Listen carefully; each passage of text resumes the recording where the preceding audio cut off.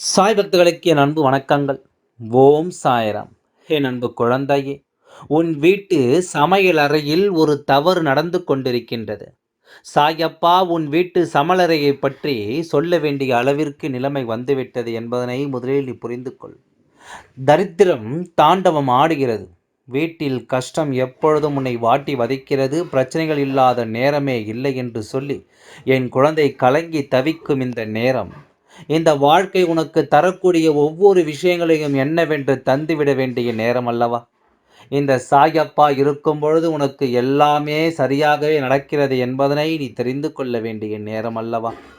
உன்னோடு நான் உடன் இருக்கும் இந்த பொழுதுகள் ஒவ்வொன்றிலும் நீ என்ன நினைக்கிறாயோ அதையெல்லாம் உனக்கு சரியாக நான் சொல்லித்தரும் நேரம் அல்லவா?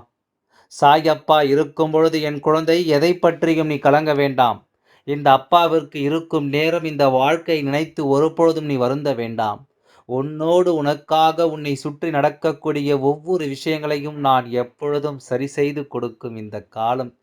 எதையெதையோ நினைத்து என் குழந்தை நீ கலங்க வேண்டாம். சாயப்பா உனக்காக ஒவ்வொரு நேரங்களிலும் உனக்கான எச்சரிக்கை தந்து கொண்டிருக்கின்றேன். சில நேரங்களில் உனக்கான வெற்றியையும் உன் கைகளில் உறுதியாக தந்து கொண்டிருக்கின்றேன். எதை கொடுத்தாலும் அதனை நீ சரியாக பெற்றுக்கொள். உனக்கு மிகப்பெரிய வெற்றியை கொடுத்தாலும் சரி, உனக்கு மிகப்பெரிய தோல்வியை கொடுத்தாலும் சரி, அதை பெற்றுக்கொண்டு அடுத்தது என்னவென்று நீ யோசிக்க வேண்டுமே தவிர அதிலேயே அப்படியே ஒருபொழுதும் நீ நின்றுவிடக்கூடாது. உனக்காக நான் என்ன தர எண்ணினாலும் இந்த சாயப்பா உன் வாழ்க்கைக்கு நான் எதை கொடுக்க நினைத்தாலும் அதை எப்பொழுதுமே சரியாகவே உனக்கு தருவேன் என்பதை எந்த மாற்ற கருத்தும் கிடையாது. அதை எந்த நேரமும் உனக்கென நான் கொண்டு வந்து கொடுப்பதிலும் எனக்கு எந்த தயக்கமும் கிடையாது. நீ என் குழந்தையல்லவா? உன்னுடைய வாழ்க்கையில் நடக்கக்கூடிய ஒவ்வொரு விஷயங்களையும் என்னவென்று உனக்கு எடுத்துச் சொல்ல வேண்டியது என்னுடைய கடமையல்லவா? என் அன்பு குழந்தையே, நான் அப்படியே விட்டுவிட முடியுமா? கஷ்டத்தில் இருக்கும் பொழுது, அதாவது கஷ்டத்தில் இருக்கும் பொழுதும் சரி, என் குழந்தை சந்தோஷத்தில் இருக்கும் பொழுதும் சரி, உன்னை சுற்றி நடக்கும் ஒவ்வொரு விஷயங்களையும் என்னவென்று ஒவ்வொரு உண்மைகளையும் நான் சரியாக உனக்கு எடுத்துச் சொல்ல வருவேன் என்பதனை நீ மறக்காதே. நான் இருக்கும் பொழுது உனக்கு என்ன நடக்கும் என்பதனையெல்லாம் நீ கொஞ்சம் கொஞ்சமாக இனிமேல் புரிந்து கொள்ள ஆரம்பித்துவிடு. சாயப்பா என்ற தெய்வம் உன் வாழ்க்கையில் இருக்கும் பொழுது எதற்கும் அஞ்சி விடலாமா? எப்பேற்பட்ட விஷயங்கள் ஆனாலும் அதற்காக நீ மனமுடையலாமா? தெய்வம் சொல்லித்தரும் விஷயங்கள் ஒவ்வொன்றும் நிச்சயமாக உன்னை அடுத்த நிலைக்கு அழைத்துச் செல்வதற்கானது என்பதனை நீ மறக்கக்கூடாது.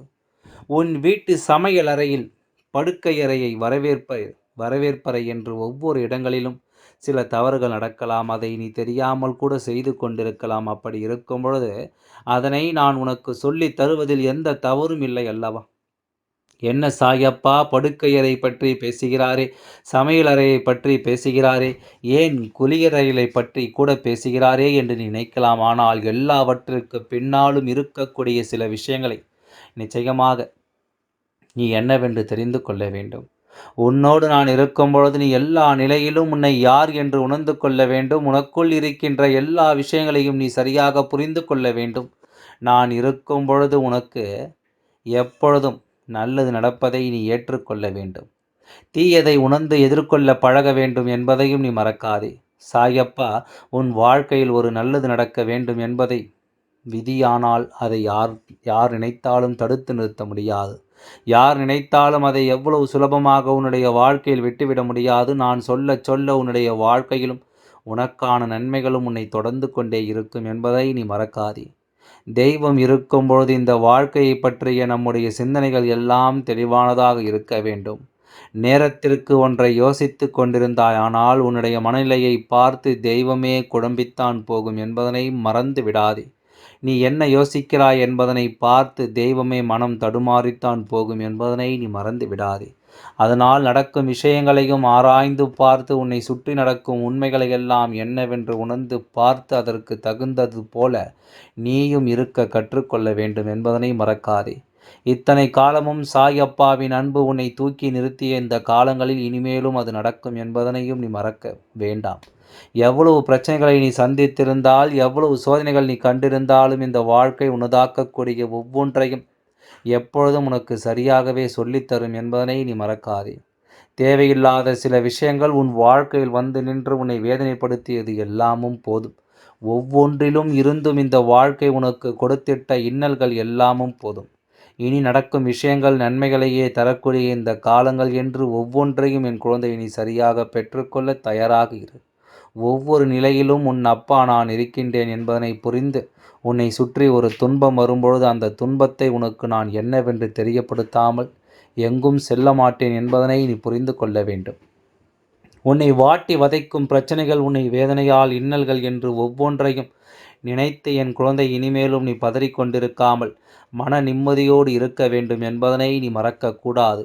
நான் இருக்கும்பொழுது உனக்கு சந்தோஷத்தின் நிலைப்பாடு என்னவென்று நீ தெரிந்து கொள்ள வேண்டும். நான் இருக்கும்பொழுது உனக்கு வெற்றியின் உச்சம் என்னவென்று நீ தெரிந்து கொள்ள வேண்டும். உன் அப்பா உனக்காக உடன் வரக்கூடிய இந்த காலங்கள் ஒவ்வொன்றையும் நீ எப்பொழுதும் சரியாக புரிந்து கொள்ள வேண்டும் என்பதனை மறக்கக்கூடாது. சூழ்நிலையை காரணம் காட்டி இங்கு அவ்வளவு எளிதில் யாராலும் தப்பித்து விட முடியாது. இந்த வாழ்க்கை உனக்கு கொடுக்கப்பட்டதல்லவா, அதில் பிரச்சனைகள் இருக்கிறது என்று சொல்லி நீ எதையாவது காரணம் காட்டிக் கொண்டிருந்தாயானால் உனக்கு நடக்கக்கூடிய நல்லது ஒரு பொழுதும் உனக்கு நடக்காது என்பதனைத்தான் நீ புரிந்து கொள்வாய். உனக்கு வரக்கூடிய விஷயங்கள் எதுவென்றாலும் அது ஒரு பொழுதும் உன்னை சந்தோஷப்படுத்தாது என்பதனைத்தான் நீ தெரிந்து கொள்வாய் என்பதனை மறந்து விடாதே. என்ன வேண்டும் என்று நாம் நினைத்திருந்தாலும், ஏது வேண்டும் என்று நாம் யோசித்திருந்தாலும் நமக்கான விஷயங்களை நாம் தெளிவாக என்னவென்று தெரிந்து கொள்ள வேண்டும் என்பதனையும் நீ மறக்காதே. எந்த நிலையில் இருந்தாலும் உன்னோடு நான் இருக்கும் இந்த பொழுதுகள் ஒவ்வொன்றையும் உனக்காக இந்த அப்பா செதுக்கிக் கொண்டிருக்கின்றேன். அத்தனையிலும் இருந்தும் நீ மீண்டு வர வேண்டும் என்று தான் இந்த அப்பா உனக்கு இத்தனை நேரம் நல்வாக்கும் தந்து கொண்டிருக்கின்றேன். என் அன்பு குழந்தையே, வாழ்க்கையில் நம்மை ஆட்டி படைக்கும் சில விஷயங்களை அவ்வளவு சுலபமாகவெல்லாம் நாம் பெற்றுவிட முடியாது. அவ்வளவு எளிதாக எல்லாம் இது நம் வாழ்க்கையில் நடந்து விடவும் செய்யாது.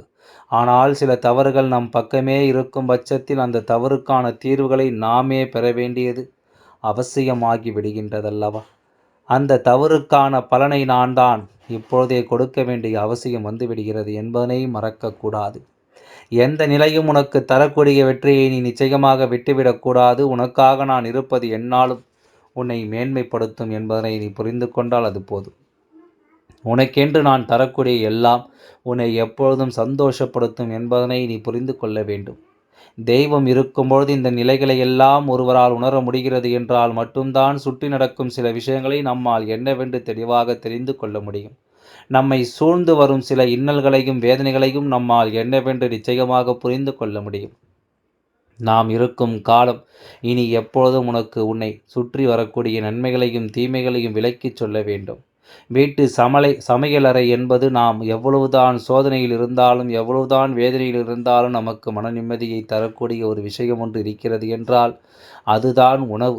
சரியான உணவு, சுவையான உணவு நாம் உண்டு அந்த நேரத்தில் நம்முடைய மனதில் இருக்கின்ற தேவையற்ற எண்ணங்களை அப்பொழுது நாம் முடித்து வைப்போம்.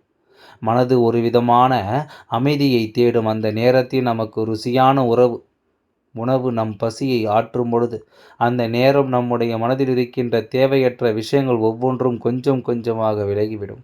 நடக்கும் நல்லதும் என்னவென்று உனக்கு புரிந்துவிடும். அத்தனை விஷயங்களிலிருந்தும் என் குழந்தைக்கான தேவைகள் ஒவ்வொன்றும் நிச்சயமாக நடத்தி கொடுக்கப்படும் என்பதனை நீ மறந்துவிடக்கூடாது.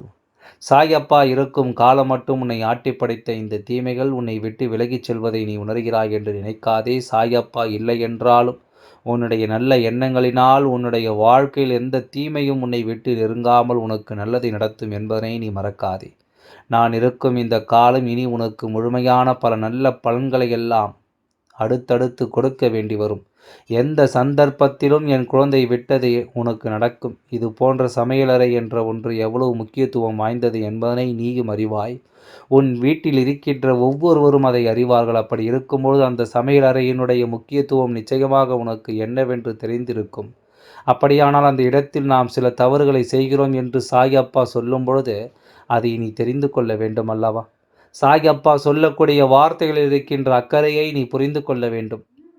சாயப்பாவிற்கு இதை சொல்ல வேண்டும் என்ற அவசியம் வந்திருக்கிறது என்றால் உன் வாழ்க்கையின் மீது எனக்கு இருக்கின்ற அக்கறைத்தான் அத்தனைக்கும் காரணம் என்பதனை நீ மறக்காதே. நான் சொல்ல சொல்ல ஒவ்வொரு நிலைகளில் இருந்தும் நீ மீண்டு வந்து கொண்டே இருக்க வேண்டும் என்பதனை மறக்காதே.